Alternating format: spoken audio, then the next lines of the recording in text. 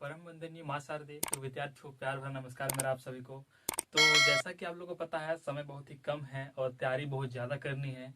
तो आज हम फिर से लेकर आए हैं क्या कि जो जेक बोर्ड एग्जामिनेशन 2023-24 जो आगामी होने वाली है फरवरी से वो। और चलिए तो देर न करते हुए आज हम फिर से जो अध्याय 7 है उससे महत्वपूर्ण प्रश्न लेकर आए हुए हैं 3 अंक के। हालांकि हो सके तो ये 5 अंक के भी आ सकते हैं। तो चलिए देर न करते हुए प्रश्न की ओर चलते हैं। तो आज का हमारा प्रश्न क्या है कि वह अनुपात ज्ञात कीजिए जिसमें बिंदुओं ए दिया है क्या 1-5 और बी दिया है -4 और 5 को मिलाने वाली रेखाखंड एक्स अक्ष से विभाजित होती है। यानी कि जो बिंदु है ए और बी वो एक्स अक्ष से विभाजित होती है। इस विभाजित बिंदु के निर्देशांक भी ज्ञात कीजिए। तो चलिए देर न करते हुए इसके हल की ओर चलते हैं। तो हल क्या होगा इसका? हल क्या हो जाएगा? पहले इसका चित्र बनाते हैं। तो क्या है, ये एक बिंदु ए है जिसका क्या है, बिंदु में एक है -5 और क्या है, एक बी बिंदु है -4 और 5। तो ये जो दो बिंदु है इसको मिलाती है, ये बीच में विभाजित करती है एक्स अक्ष में। तो इसका ये जो बिंदु मानते हैं पी वो क्या है, एक्स अक्ष से विभाजित कर क्या हो जाएगा, इसका एक्स और 0 हो जाएगा। तो क्या है, अगर ये वाई पे करती तो क्या होता है 0 y। तो चलिए इसके हल करते हैं। तो पहले हमको यहाँ पे प्राप्त क्या क्या होता है उसको पहले लिख लेते हैं। तो प्राप्त क्या हो रहा है हमें, पहले x1 x2, x1 क्या हो जाएगा हमारा 1, x2 हो जाएगा -4 और क्या प्राप्त हो रहा है y1 y2 क्या हो जाएगा -5 और 5 और क्या प्राप्त हो रहा है x ज्ञात करना है और y का क्या है 0। ये हमको मान यहाँ पे दिया हुआ है। तो चलिए पहले हम विभाजन सूत्र लगाते हैं और हम इस विभाजन जो है बिंदु उसका हम लोग निकालते हैं, उसका क्या है अनुपात।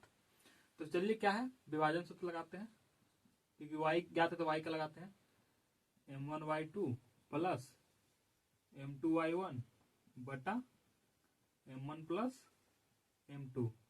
क्या है, y का मान 0 दिया हुआ है, m1 हमको नहीं पता है, y2 क्या है 5 है इंटू 5 प्लस m2 नहीं पता है और y1 कितना है हमारा -5 बटा में m1 प्लस m2।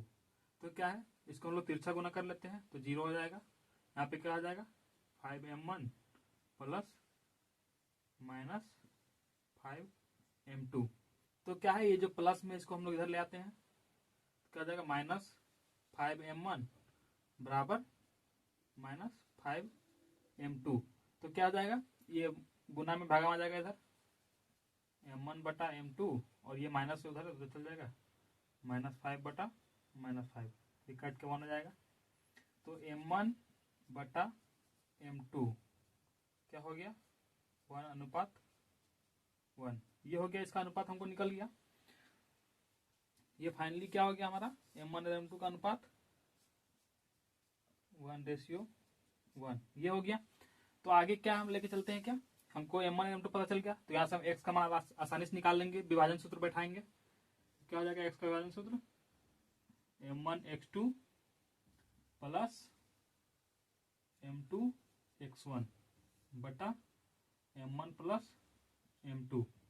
तो क्या आ जाएगा, m1 हमारा 1 है, x2 कितना है -4 प्लस m2 हमारा 1 है और x1 कितना है 1 बटा 1 प्लस 1।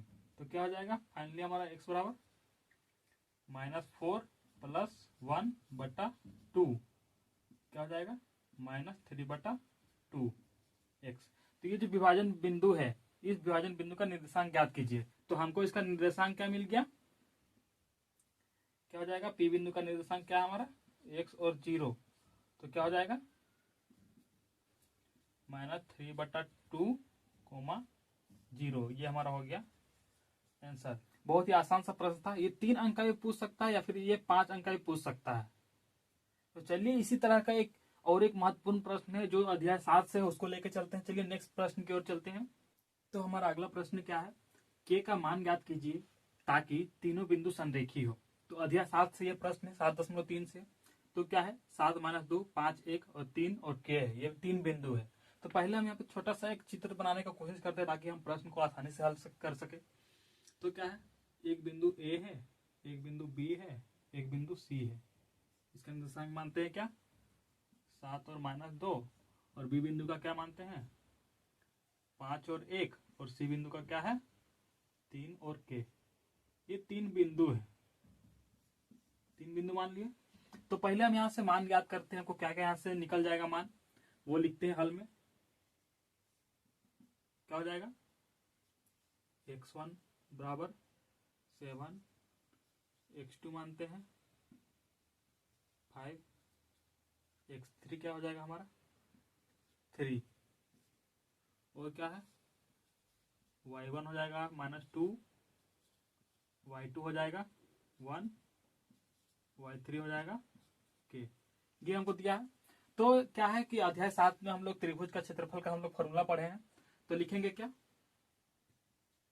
त्रिभुज ABC का क्षेत्रफल क्या हो जाएगा, 1/2 x1 y2 - y3 plus x2 y3 - y1 plus x3 y1 - y2। यही तो फॉर्मूला था जो हम लोग पढ़े थे। तो क्या हम लोग फॉर्मूला पुट कर लिए। तो यहाँ पे क्या प्रश्न में क्या दिया है कि तीनों बिंदु संरेखीय है। संरेखीय मतलब जो अगर तीनों बिंदु संरेखीय होती है तो त्रिभुज का क्षेत्रफल कितना होता है, 0। तो त्रिभुज का क्षेत्रफल हमारा 0 हो गया।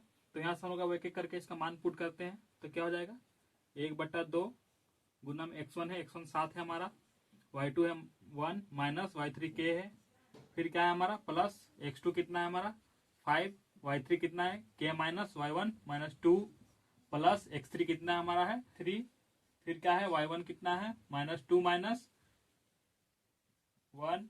तो यहाँ से क्या हम यहाँ पे कैलकुलेशन कर लेते हैं। तो क्या हो जाएगा, 1/2 7 - 7k ये हो जाएगा प्लस 5k माइनस प्लस 5 दूना 10 प्लस क्या हो जाएगा -2 और -1 -3 और +3 गुना कर देंगे कितना हो जाएगा -9। यही तो होगा। आगे क्या हो जाएगा, 1/2 यहाँ से कैलकुलेशन कर लेते हैं। 7 7 10 17 17 -9 गया तो कितना बचेगा 8 हो जाएगा। 8 माइनस कितना हो जाएगा -7k और 5k कितना होगा -2k। तो यहाँ पे आगे क्या हो जाएगा, 1/2 यहाँ से 2 कॉमन निकल जाएगा। तो क्या हो जाएगा 4 - k, 2 कट गया तो क्या हो गया 4 - k बराबर 0। तो फाइनली हमारा k का मान कितना आ जाएगा, k बराबर -4। ये हो गया हमारा आंसर। तो बहुत ही आसान सा प्रश्न था। ये 3 ही अंक का पूछेगा। जो पिछला क्वेश्चन था वो 5 अंक का पूछ सकता है। तो ये रहा आज का महत्वपूर्ण प्रश्न जो देखा जाए तो जेके बोर्ड के एग्जाम में बहुत बार पूछा जा चुका है और पूछने की संभावनाएं 100% है। तो ऐसे आशा और उम्मीद है कि आपको ये प्रश्न अच्छे से समझ में आ गया होगा। और बाकी यही है कि आप लोग अच्छे से तैयारी कीजिए और हमारे चैनल पर नए हैं तो चैनल को सब्सक्राइब करें और बेल आइकन को जरूर दबाएं ताकि आपके पास हर नोटिफिकेशन पहुंचे और आप तैयारी और बेहतर से कर सकें। तो आज के लिए इतना ही, फिर मिलते हैं नेक्स्ट वीडियो में और बेहतरीन प्रश्न लेके जो आपके लिए महत्वपूर्ण हो। तब तक के लिए all the best, thank you, धन्यवाद।